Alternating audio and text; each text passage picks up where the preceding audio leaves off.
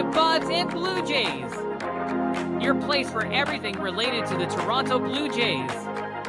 Here's your hosts Jesse Burrell and Riley McConnell. Now let's get on with the show.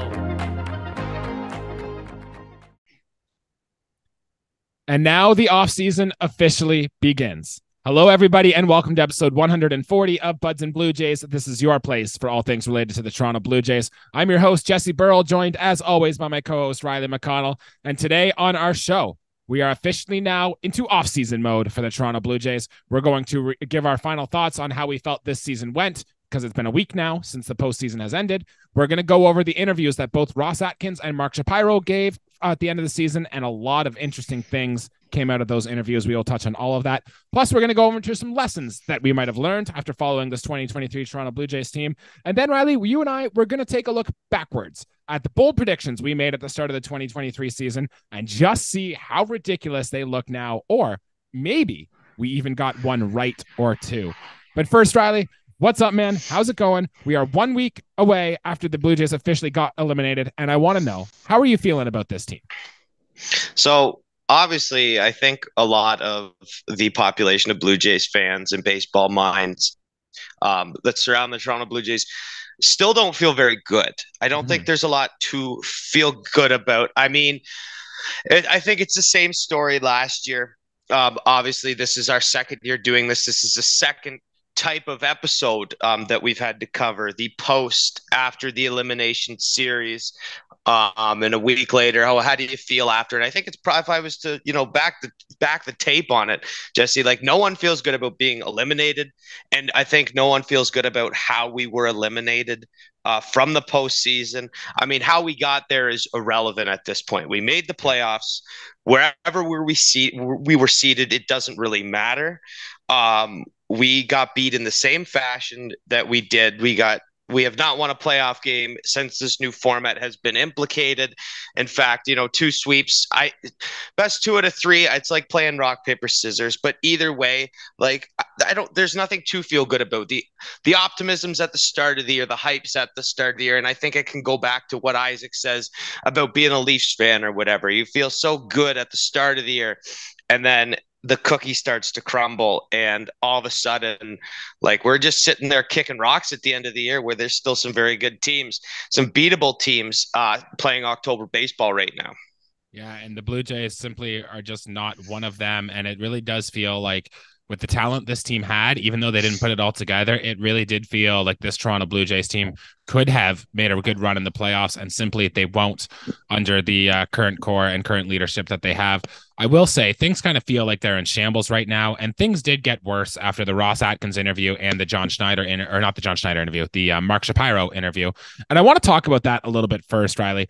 Big news coming out of these 2 interviews is that both General Manager Ross Atkins and our manager John Schneider will return for the 2023-24 season. We will have both of them there. I do not know about the rest of the coaching staff. The only thing is our third base coach, Luis Rivera, has retired, so we will need to do a replacement there. Still no word yet on Pete Walker, Guillermo Martinez, Don Mattingly, James Click, and the rest of the front office and management staff. Still no word about how they're going to finish looking at back there.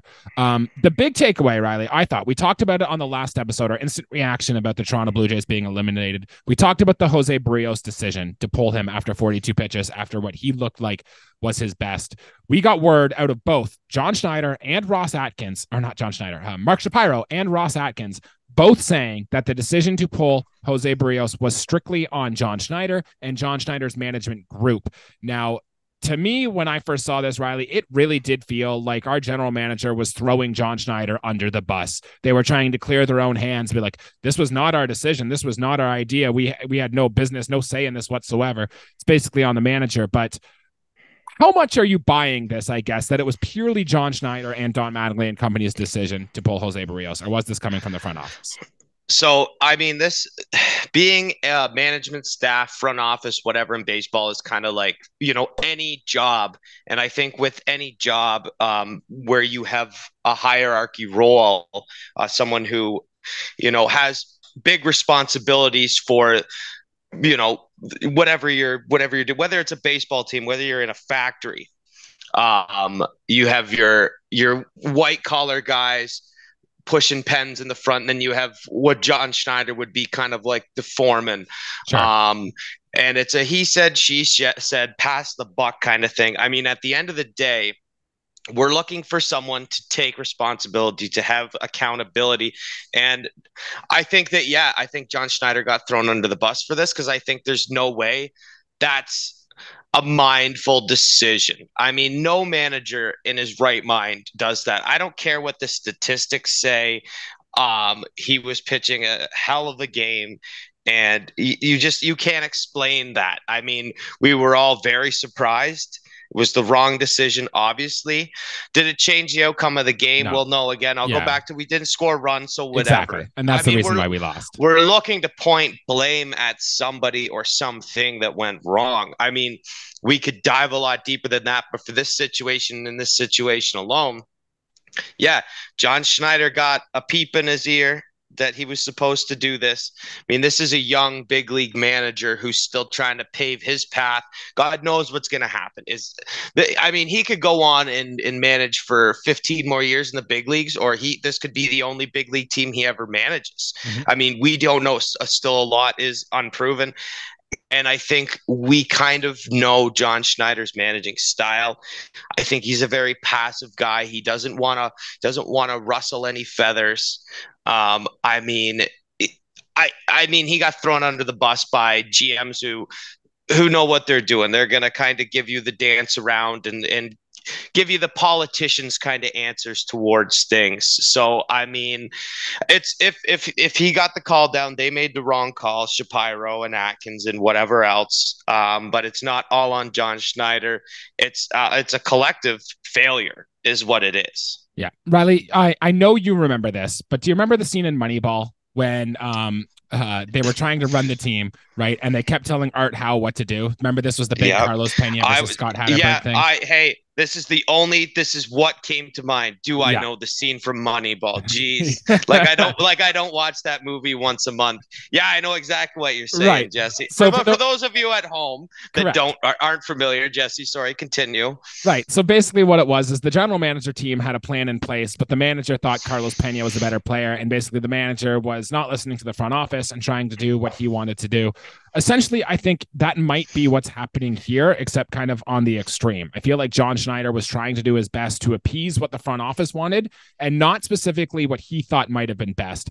I think, Riley, and Buck Martinez mentioned this, and I agree with him fully, is that because John Schneider is such an inexperienced manager and it is his first year at the helm, I think he was afraid to go against his front office, because if they did let him go, he would never have a job in baseball again, at least at this level in baseball. If he can prove that he can listen to his front office and be, a good little whipping boy, for lack of a better term, I think he can prove that he can have a job in the industry before he makes his own decisions. Like Jim Leyland, you brought that up last episode, how he's your favorite manager of all time.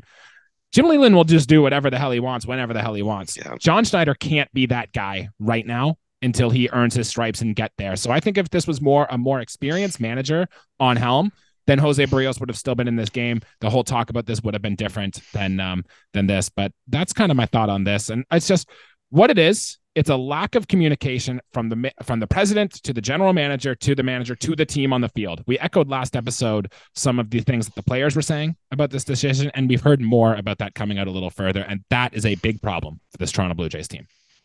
Well, first of all, I mean, Jesse, you said in 3 minutes you mentioned Jim Leyland and Moneyball, and I didn't even have to milk that out of you. So that's great for my ears right there. Second of all, whether you want to call it communication or not, I mean, someone slipped up, and no one is taking responsibility, which I think it's the hardest thing to grasp on this. I mean, and again, Jesse, it really does come down to a lot of players underperforming.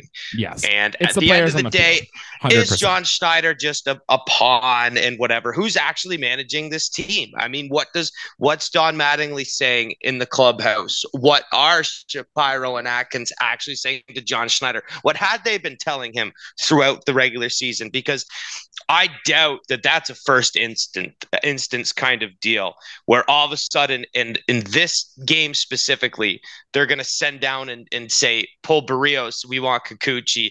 Like it's definitely not the first time that this has happened.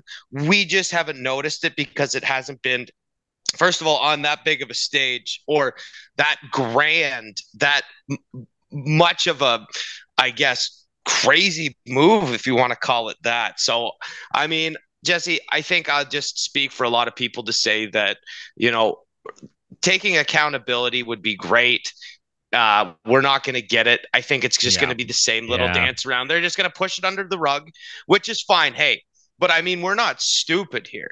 I mean, we know what happened at the end of the day. Yep. There were wrong decisions that were made, and we lost the ball game, regardless if those decisions were made or not. So at the end of the day, what does it matter? Well, I mean, is John Schneider going to grow more of a backbone in the offseason? I mean, I kind of doubt it. I kind of doubt it. It would be cool if he did. But again, when I refer to a guy like Jim Leland or Ron Gardenhire, or even, even at this point, like a Joe Girardi type guy, those guys have been in the show. They kind of do what they want. They're old school.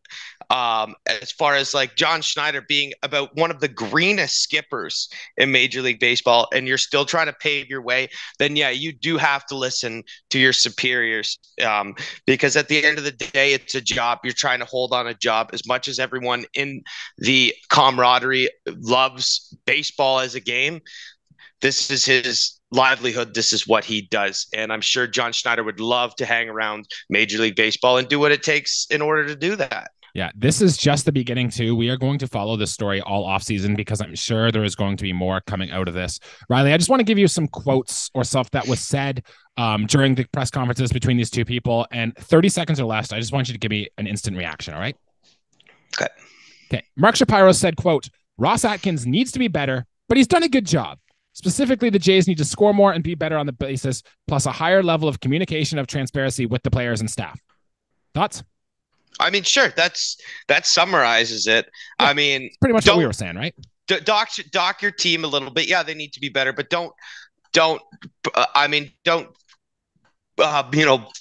boost each other's tires a little bit there. I mean, yeah, but keep it. I like when they would keep it to the players. But hey, whatever. Yeah, everyone in the situation needs to be better. But yes, especially the players. Okay, next one. Ross Atkins talked a lot about how the preparation for the players needs to be better, but they also seem confused on why players like Vladimir Guerrero Jr. and Bo Bichette's preparation doesn't lead to playoff success. Does that mean anything to you? I mean, at this point in their careers, they're still in arbitration. They're not, 10-year tenured big league guys, but they have enough experience under them that it shouldn't be expecting more. It should be, you should automatically get more. And I mean, the mental game is, Jesse, that you have the Blue Jays right now. I mean, forget who's going, who's coming, whatever. Let's take our latest roster we fielded with. You have a playoff superstar in George Springer. You have young prodigies like Bo, like Vlad. You have a Cy Young-esque pitcher in Kevin Gausman. I mean, you have a premier American League closer in Jordan Romano. I could keep going on. And maybe not those guys specifically are played underwhelming. I mean, we know Vladdy did. But, I mean, there is a good team in that clubhouse. Mm-hmm. And when they went on the field, they were a different team. I don't know how to explain it. Speaking of Vlad and Bo, Mark Shapiro was asked about possible long-term extensions for both guys. It was a big topic we had in the spring and last offseason. Mark Shapiro indicated it is all about winning with this current group of Toronto Blue Jays we have right now, which is what our focus on, which was a lot of nothing. But that made me also think a long-term extension for either player is not in the cards, at least immediately. Thoughts? No, I mean, Bo got his 3-year. I think Bo is probably done after those 3 years. That was my thought originally, and I believe that's still the thing. That'll take him to free agency, does it not? That 3-year extension at the end of the 2025 season. I think that he's going to hit the market. As far as Vladimir Guerrero Jr. goes, if it's a fight with arbitration, that's not a good look. if this guy is our, homegrown superstar, 80 grade tool hitting, son of a Hall of Famer, gonna be a Hall of Famer. If that's what he is, and that's what we believe he's going to be, then pay him. Get him paid. If that's what we believe in, Jesse, if that's the route we're going to go down, then don't screw around with it. Right. I mean, do you can't have your cake and eat it too. Let's just say that. Do you think that's the type of player Vladimir Guerrero Jr. is going to be after the season he just put together? I mean, listen, at this point, Vladdy's not a $30 million a year player with the numbers he put up this year. If he can scrounge together these next 2 years, good numbers. And I mean, like, I'm talking 30 home runs. I'm talking the same kind of defense. And I'm talking shows that he's a leader and really puts himself into the shoes of a more complete ball player, then yeah. But I still think Vladimir Guerrero Jr. has a ways to go. I think we could all agree that he's taken a step back as far as his runner-up MVP season goes. And that sucks, but that's the reality of it, Jesse. Okay, there's still a chance. I'd still love to see it. And then two more quotes that he made. Remember mid-season when the Blue Jays DFA'd Anthony Bass? We talked about it on the show. That was a thing. Somebody brought that up to Mark Shapiro. Mark Shapiro basically says he still feels very good about the decision to DFA Anthony Bass. Remember, he did have an ERA just like near 5 at that point. But rumors are that some players in the clubhouse were thinking of doing a protest about the decision to DFA the player, ultimately decided not to. But again, I think that goes to show you the disconnect between the players and the front office. And one more quote that he made here, Mark Shapiro did talk up a lot of the AAA guys. And it sounds like guys like Davis Schneider, Addison Barger, or Elvis Martinez, other names that he mentioned there are all going to play an important role for the 2024 Toronto Blue Jays. Do you have a thought on one of those two things? Well, I think that the young guys getting into our lineup is a great thing.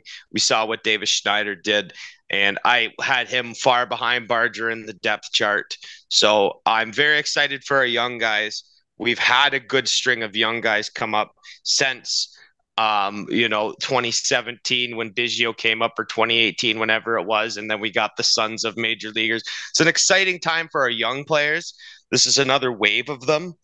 So, I mean, yeah, but if they play a ton of games, Jesse, they've either had a really good spring training, we had a bad off season with acquisitions, or we ran into injury problems. So there's a lot to think about there, because yes, they are young and exciting players, but if we see them in 50 games next year, then I don't think something went completely right unless they're a well above average replacement level player.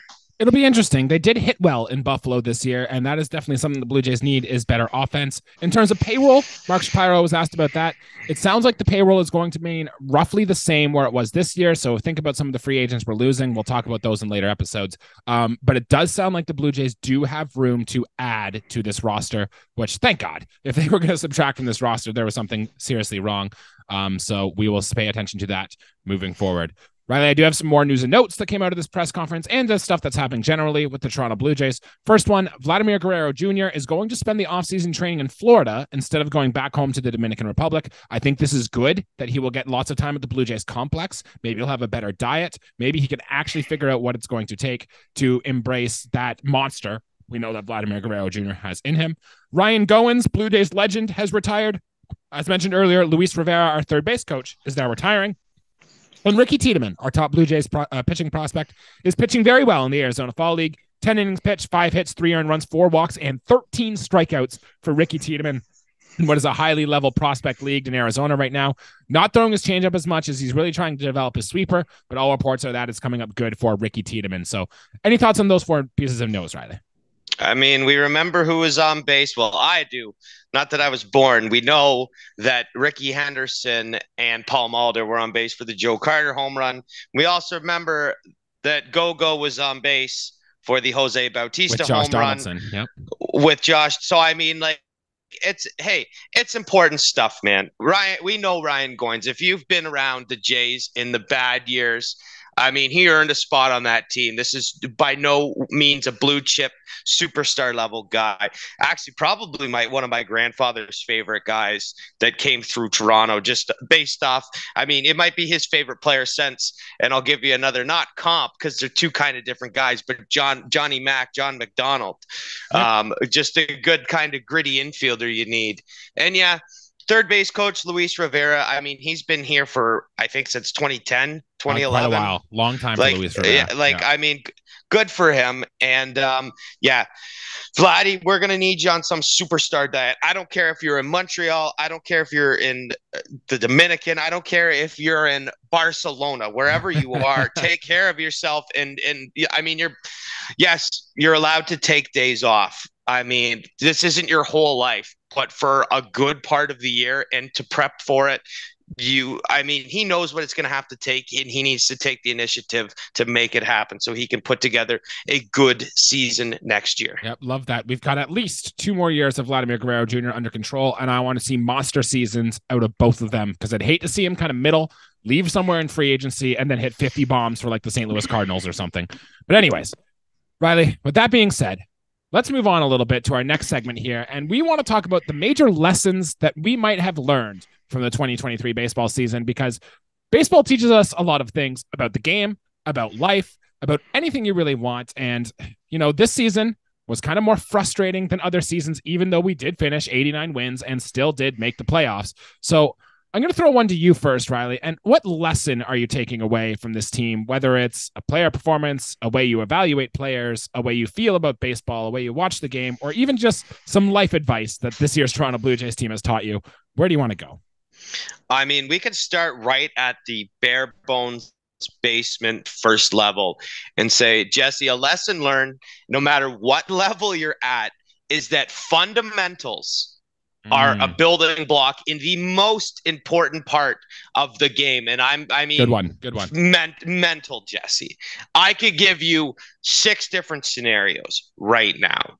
And it comes down, a lot of it is base running, but Jesse, I mean, I hate to go back to the basics. A lot of these guys have had a bat in their hand when they were 3 years old. They know baseball. They know how to play baseball. There are laps in concentration. That's what separates a lot of the superstars. I mean, how often have you seen a guy like Paul Goldschmidt, who's been a superstar in Major League Baseball for quite some time? How many times do you see a guy like him have a mental lapse? Or recently retired Miguel Cabrera. I mean, that guy was always on, right? Mm-hmm. I mean, our mind kind of slips sometimes, and it showed. It really showed. When we screwed up, when we made an error, I mean, it really came through on when we were seeing it, and it affected the outcome of the games. Yep, I like that. So it's the little things like hitting the cutoff man, or backing up your outfielders, backing up your infielders, making sure you hustle out ground balls, which was a big thing we didn't see this year, being smart on the bases, knowing where you're going to throw the ball when the ball's hit to you. The little stuff that I think the Blue Jays really did struggle with this year, if not more than any other year. I'm with you, Riley. Don't take those for granted. When the Blue Jays are playing really well, it's probably because we're doing those little things well, and we can't just assume that stuff is going to happen, Riley. I really like that lesson. My lesson is I'm done with the analysis that thinking that hitting to the opposite field is always a good thing. Like, unless you're Bo Bichette or Derek Jeter, and let's be real, very few hitters are Derek Jeter or Bo Bichette. I don't want to see the Blue Jays just constantly spraying the ball to the opposite field all the time. I want to start them seeing pull the ball with authority. Riley, we were taught growing up that if you could hit the ball the other way, you are a good pure hitter. You are really got it. Look, I still want them to see that outside pitch taken to the opposite field, but I don't want to see them taking pitches inside, fastballs they can really drive, and trying to flick those to the opposite field. I don't want to see that anymore. I want to be able to see the power come back, and I want you to be able to see to hammer to drive pitches. And I'm done with the thought that, hey, if you can hit it to the opposite field a lot, that automatically means you're a good hitter. I mean, hey, that sounds good to me. This is coming from a guy who couldn't take a ball the other way to save his life. The best I'm gonna get is a base knock up to middle. But yeah, Jesse, I mean, it's a C-ball hit thing. It's a mental game. You have to go with the pitch. If the ball is in your hot zone inside and you recognize that, you got to turn on it. If it's from a right-handed pitcher, your right-handed bat, and a slider misses, it comes over the heart of the plate. That is a pitch right there you need to jump on. Yeah. If you are on 2 strikes and that same slider is a little more low and outside, and you got to get your hands down and take a slap approach and put that ball over the second baseman's head, that's different. But I mean, I would rather go up there, and it's like, I don't even know if Chapman was trying to do that the whole time on those swings and miss. We'll never know, because he took about 150 swings this year that were just absolute misses on fastballs, like dead center of the strike zone. So I mean, yeah, Jesse, I'm all about good tactical hitting. But we just need better approaches at the plate. Plate discipline is important too. I mean, yes, Bo Bichette, whatever, he's a different guy, but we've seen that with Vladdy this year, swinging at pitches. George Springer at times spun himself around too. So, I mean, yeah, I think the hitting is probably the most frustrating thing that we witnessed this year, aside from actually a lot of it was frustrating, Jesse, but the thing that wins you ball games, and I know that fundamentals wins, but a lot of runs win you ball games. And I don't think we realized that we were actually going to be this weak in the power department this year. Yeah, and there's no reason the Blue Jays should be this week in the power department, and I think the Blue Jays are going to be better when they do it. Now, they have one little lesson, 2, I guess. One, I'm just, as a rule, I'm not going to rely on just like a few weeks of you being hot counting for your whole season. Looking at you, Matt Chapman, who got hot for the month of April and then was garbage. Looking at you, 2021, Alejandro Kirk, who was good for 6 weeks, and that was it. And then other Blue Jays who have had random bursts of hot streak and having that define who they are. I'm going to, if you're hot, that's great, but I'm not going to use that as you being successful. Take Dalton Varsho in his last month in Arizona as well. And I'm going to stop buying that into your player performance. And then one more thing, Riley, I'm done with middling moves at the trade deadline. This is 2 years in a row where this year we got Jordan Hicks and Paul DeJong. Paul DeJong lasted 3 weeks on this team. Jordan Hicks was good, don't get me wrong, but that was it. The year before we got Whit Merrifield and I don't even remember who else we got the year before, but that was kind of middling for this team. This Blue Jays is built to win now. Go for it. Make a move at the deadline. And I'm not going to stand for it next year. I'm going to be adamant that we make bigger moves. Yeah, and you mentioned Whit as one of those acquisitions. Whit was a pretty good move. He could also fall into that, was very hot, and then was not. Yes. I mean, goes for a lot of guys. Kirk, though, that grinds my gears. But, I mean, Jesse, when we won in 93, do you know who we added at the trade deadline? We added Ricky Henderson, right? Yeah. We added Ricky Henderson. How much better? And I mean, so what? I don't know the order off by heart. So what? We had probably Devon White and Alomar in the 1-2 spot. And with the hitting we already had, the top 3 hitters in the American League. Then we go after the best leadoff hitter of all time. Like, that's a move. And that's not me saying, let's go out and acquire Trey Turner. Like, but there are grander scale moves to make that isn't Paul DeJong. And I mean, hey, Bo was hurt at the time. I get that.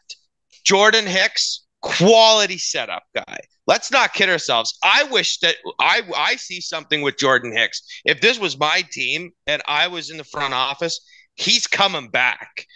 I don't know about, hey, and you say what you will. My Romano Hicks, we'll get into this on another time. Yeah, I'm looking at I have things to say about this too.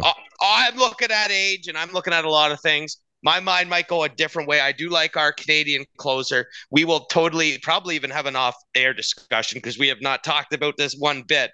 But I think that was a good addition, but they are still pretty lucrative moves nonetheless. And to make a big splash in the postseason, there's always got to be that big move that's made, and we just simply haven't done it. Yep. Last year, this year, whatever. Yeah, and look, prospects are great. Who was our best prospect coming into spring last year? Addison Barger. He had 9 home runs and a WRC plus less than 100 in Buffalo this year. Like, Ricky Tiedemann, I know we're not going to trade him, but he was hurt. There were some disappointing names. Like, don't be afraid to move your guys. Get players that'll help the big league teams, because getting a World Series in Toronto really is the only thing that matters.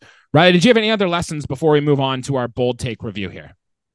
I mean, just no, not really. Basically, kind of the sad, sentimental one, Jesse, at the end of the year, and you're victimized of this every year, you poor soul, is don't let the highs get too high. Don't let the lows get too low. We say that every year, Riley. You were made into, dude. You were made into a meme last year. Mm-hmm. You look like you had just lost your best friend. You look like you'll never see your dog again. Something like real sad, like. And I mean, Jesse, I went in. And I told you, and this would be the fourth time I said this now. I lowered when Jonah Heim hit that grand slam. Yep. When Texas won that first game, we got swept. I lowered my expectations as soon as that ball left the yard. That was the moment I knew we weren't going to win the World Series, and I had playoffs out of my mind. I lowered my bar completely, and I'm a changed man. I had an okay week because I didn't get too hung up about it. I'm still extremely disappointed, and I'm frustrated. Frustrated might be the word I'm using. I don't run the show. I shouldn't manage a little league team, let alone a major league team. But either way, Jesse, there's a lot of things that grind in my gears. But yeah, you have to go in with reasonable expectations. But the expectations we did set, they still fell short, regardless. If you thought this was a division series winning team, a 90-win team, like whatever, like we still fell short. Even if you wanted to lower your bar at the start, everyone had to move their bar down to not be disappointed. Riley, this is great because, we're in official offseason mode. We are getting some life advice from Riley McConnell here on Buds and Blue Jays. I guess my life advice I'm giving on this show here is that, look, it's just sports. Don't take it too seriously. We're all having our fun. It's just our sports team. But boy, would life be a lot sweeter if our sports teams could actually perform and do well. Hopefully soon, Riley. Anyways, with that being said, let's take a look back. Let's flip the calendar back to March 19th. The Blue Jays were going into spring training. Everything was going great. We were just we were riding the highs of the offseason. Dalton Varsho had just showed up to camp. Brandon Belt was there. Well, he actually wasn't feeling well. He didn't play much in spring, but things were going good. Springs were showing great. Vladimir Guerrero Jr. was hitting nukes. We all thought it was going to be good, Riley. And you and I both made 5 bold predictions at the start of the season. And I think it's time, Riley, we hold ourselves accountable and see if we get any right. I think the year before we got one right. I think I called a Whit Merrifield trade at the start of last season, which I think was good. So let's see if we got any right, Riley. I'm just going to read them off. I'm going to start with yours, and then I'll let you react. Why are you starting with yours?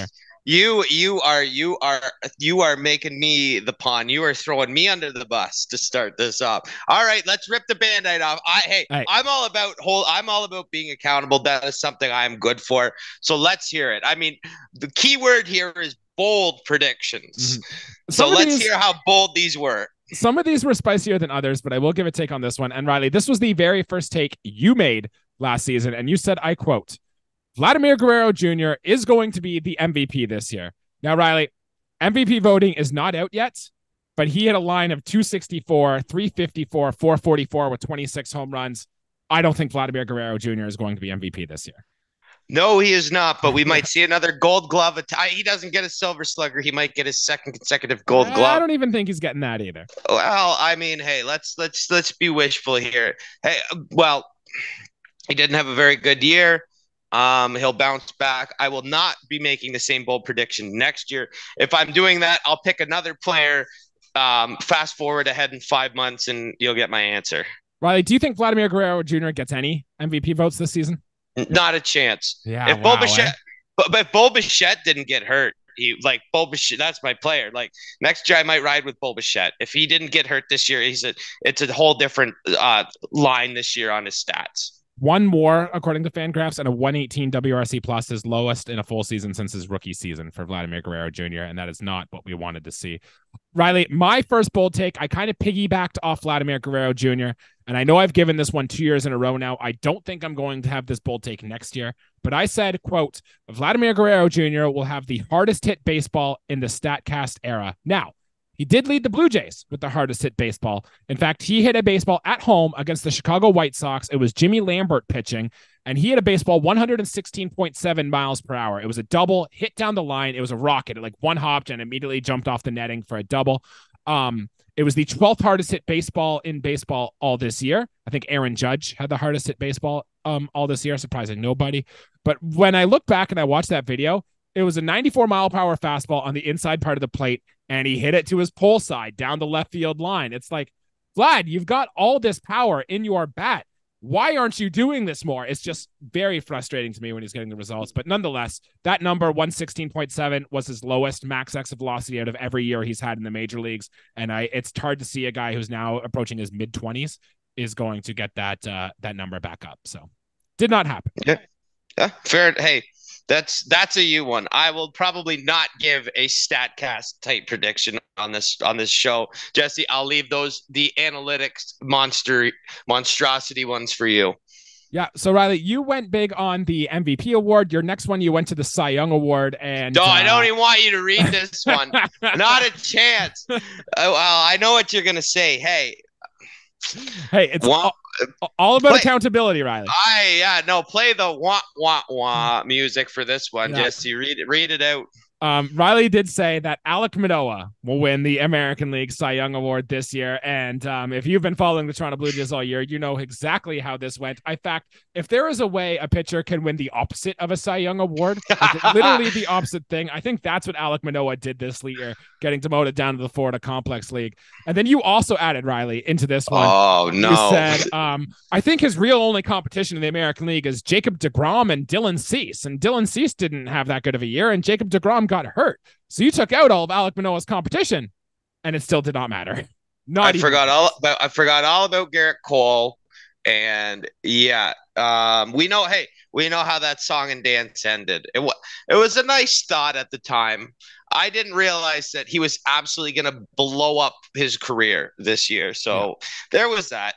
Look, there were a couple warning signs, a few small ones here or there, but I don't think anyone in anywhere thought it was going to be this bad. Not on my bingo card. Not on my bingo card. Piggybacking on that, Riley, my bold prediction, and that was the one I had the most confidence in. I even laid money on this one, and ultimately it didn't come true, but it was that Kevin Gausman is going to win the AL Cy Young Award. Now, officially he's not, but I think he might come second place. He might come third place. He's definitely going to be in the top 3 position. He just didn't grab this award in the second half like I was really hoping he would, but it was a very good season for Kevin Gausman nonetheless. He was our opening playoff starter, and he did have a very solid season. I think he set the Blue Jays all-time record in Ks per 9. So good season, Kevin Gausman. I was close, but ultimately he did not win the award, so that's another X on the bingo card.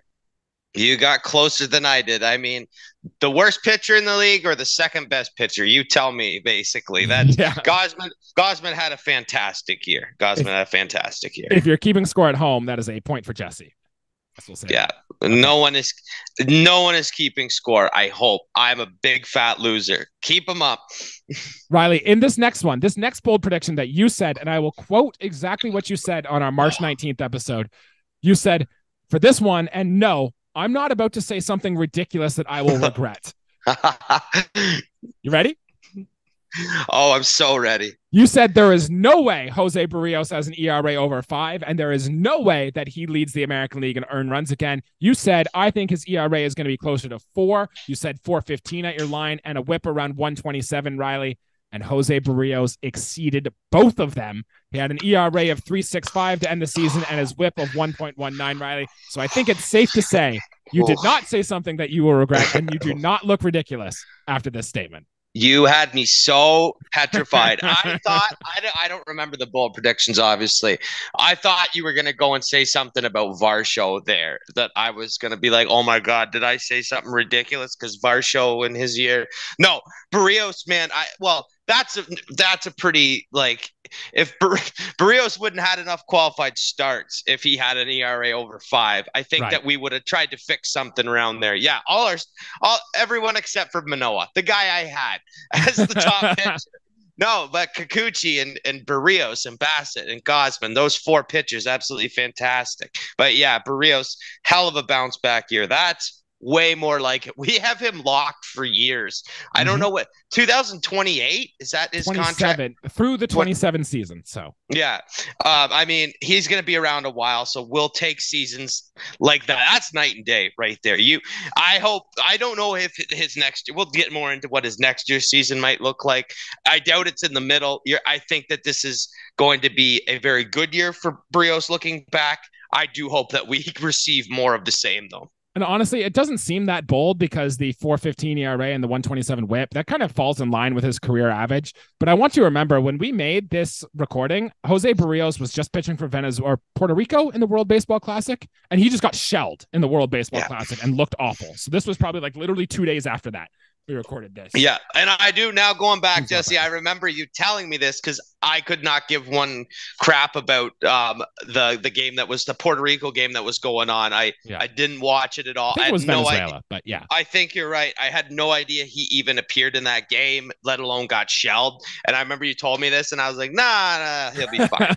He'll be fine. Riley, you were right. Put him in. You were Put right. him in. You had the last word there. All right, my next bold prediction, sticking with our starting rotation and sticking with guys who struggled in 2022, I said that Yusei Kikuchi was going to lead the American League in strikeouts per nine in 2023. Riley, he didn't, but a Blue Jay did. Kevin Gausman actually led the American League in Ks per nine with an 11.53 K per nine. Yusei Kikuchi, though, wasn't bad. He finished sixth with a 972 K per nine. So not bad. I was close. Didn't quite get there with Yusei Kikuchi. And this was after he led these all of spring training in strikeouts per nine. So not too bad. I mean, that's a win. As far as I'm concerned, that's a win. Top 10 in Ks per nine. I know Gausman had a hell of a year like that. But Yusei Kikuchi, when they're like, he would have to really either not pitch a ton of innings and still be qualified. He had his career year. This is his best year. Yep. Since coming over from Japan. And I mean, he came sixth in Ks per nine. So what? That's a win. I mean, he's a strikeout pitcher. He's a lefty. I'm curious, did he finish as the top left-handed pitcher in Ks per nine innings? I can look that up if you give me 2 seconds. Sure. And I'll just say, but while you're doing that you can pile that in. I made a bold take about Barrios. I mean, and Kikuchi as well, put them in for guys that had atrocious years last year. Did we expect both of them to bounce back the way that they did? Absolutely not, but we'll take it.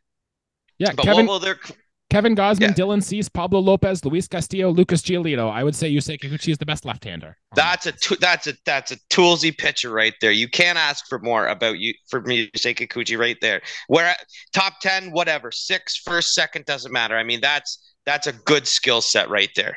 Well, Riley, we each gave 2 more bold predictions, Riley, and this one you were pretty confident in, and I don't think you really missed the mark by that much. And you said, quote, Bo Bichette will lead the American League in hits for the 3rd straight season and might even get to 200 hits. Now, Riley, he was 4th. He finished with 175 hits. He finished finished behind Marcus Semien, Julio Rodriguez, and Bobby Witt Jr. But the caveat, Riley, Bo Bichette only played 135 games. Those other 3 guys all played over 150. Riley, he was on track. He was well on his way there. 25 hits is all he needed, and he could have played an extra 40 games. Bo Bichette should have got there. I know. Well, injuries happen in the game of baseball. Mm-hmm. When I might double up next year and say the same thing. It's unfortunate. Injuries happen. And yeah, it sucks for Bo Bichette. But he's a player I have a lot of faith in. And I mean, guys that accumulate a lot of hits, that's a whole number I like. And when you see the number 200 in the hit categories, I mean, we get this with Immaculate Grid all the time, Jesse. We play all the time. We see these 200 hit guys. I'm wearing the Immaculate Grid t-shirt, by the way. Yes. Today, yes. And I would like one as well. I want to make my own grid and have faces on it that players I use. If you don't know which players those are, you can check out my Twitter page, yada, yada, yada, whatever. Bo Bichette is one of those guys that would be, 200 hits, blah, blah, blah, because he's going to hit that mark eventually. And yeah, if it wasn't for his injuries happen, whatever. I mean, I feel bad because I know Bo's the kind of guy who would love 200 hits in a season, and I would love it for him. I mean, he deserved it. He had a hell of a year again. He's just a hit machine. Hit machine is a great way to describe Bo Bichette. I agree. I'll be rooting for that next year as well. My second to last bold prediction was that Brandon Belt would finish top 5 in home runs hit by a left-handed hitter in Blue Jays franchise history. Now, Carlos Delgado is the leader. He did it like 4 times. He's on that list everywhere for left-handed hitters. The bar for number 5, Riley, was Brad Fulmer, who had 32 home runs. Brandon Belt needed to hit at least that number, and no, not even close. 19 home runs for Brandon Belt. Did hit a lot of doubles, was a good hitter, but ultimately the home run power never really got there in the end for Brandon Belt. So good season, just not the superstar one that I was thinking we'd get from him. Brad Fulmer, Expos great Brad Fulmer, first baseman. I didn't have that high of a ceiling for Belt coming into this year. I think there was at times he was a very good player for us. And the fact he finished with 19 home runs, I think that almost sets him for his, average. I mean, Belt's not a guy that's actually hit a ton of 20 home run season, if I'm not mistaken. I mean, he gets kind of cursed with a lot of team numbers, and he's in the twilight of his career. I mean, it's a nice thought, but he just didn't have the power at all times, and he wasn't in the lineup enough to get those numbers. Riley, one more bold take for each of us, and I think you know which one was coming. You hinted at it earlier. This was Dalton Varsho. You said it at the beginning of the season, and I think you said it a few times early in the season as well. We were feeling good about the kid, and honestly, I don't know how good we're feeling about it now, seeing what Lourdes Gurriel and Gabriel Moreno are doing for Arizona right now as they are on their way to the NLCS. How did Lourdes Gurriel Jr. hit that pitch for a home run? He pulled it. Anyways, Jesse, what awful, crazy thing did I say about this? I have a feeling I know what it is, but remind me. Yeah. For what it's worth, I don't think Lourdes Gurriel Jr. would have had this power if he stayed a Toronto Blue Jay, but whatever. Beside the way, you said that Dalton Varsho was going to be a 30-30 player, 30 home runs, 30 stolen bases. There it is. He hit 27 and I think stole 23 in his last year in Arizona, so we thought he could be a little better. But ultimately, Dalton Varsho's first year in Toronto didn't go exactly what we wanted. He did hit 20 home runs, but he only stole 16 bases, and I think we were expecting more from Dalton Varsho coming into his first year in Toronto. I had, if there is any player besides Matt Chapman that I was very high on and that fell far from my expectations, I think a lot of people would have the same thing for Dalton Varsho. The fact that he got the 20 home runs is great. I mean, if I was to say, he would have had 2020, and it's like, that's not a bold take. That's not a hot take. 2020, he should have 2020. 2020 this year. Yeah, you should have that. I mean, I'm kind of disappointed, but also 16 steals for the amount of time he gets on base or got on base this year, I would say is probably impressive. I mean, I can't remember him getting on base 16 times this year. So it's one of those things where it's just like, oh man, you just do better. 30-30 is a bold take. I mean, what did Acuna do this year? He made 40-70, yeah. Yeah, he made his own club, for God's sakes. I mean, it's and Varsho couldn't even put up a measly numbers like that. And then, Jesse, I'm sure we know your final take because we're a Blue Jays episode and we try and get everyone hype and yada, yada, yada. And the biggest F of the season is, Jesse. Well, the Blue Jays didn't win the World Series, and they didn't make the ALCS like you predicted in there too. I don't know if you remember this one, Riley, what my last bold take was. I thought it was they won the World Series. I thought you said that at the end. You're like, and the Jays will win the World Series. That was in our honorable mention segment. Yes. And we all live happily ever after. Right. No, I do not remember your final one. So my official bold take was we were hyped about a certain rookie this preseason, and I was thinking this rookie is going to finish top 5 in AL Rookie of the Year voting. I thought he was going to be a monster and get up there. That player's name is Addison Barger. That player did not make a single appearance for the Toronto Blue Jays this year. In fact, he only hit 9 home runs and a 92 WRC plus. He was hurt. He had a wrist injury for 88 games in Buffalo. So that's not as bad as the Alek Manoah Win Cy Young award for the Blue Jays, but I say that might be our second worst call on the bold prediction this year. I even wrote in my notes, LOL, no, what an awful take. So I mean, hey, it's not as bad. The Manoah one is very, very bad. I mean, I shouldn't even be allowed on the show after that one. And I knew I said that at some point in the year. And I went, ooh, that's not going to look good when we do that podcast after we've been eliminated or win the World Series. Hey. But yeah, I mean, hey, if you were to switch the name to Davis Schneider, who we didn't have down, I mean, you would have looked like a genius. Yep. Also, people would have said who, because I know I was saying who when he got called up. So, I mean, sure. Maybe next year, put Addison Barger in your back pocket and say that maybe he'll get his cup of coffee and then stay long term.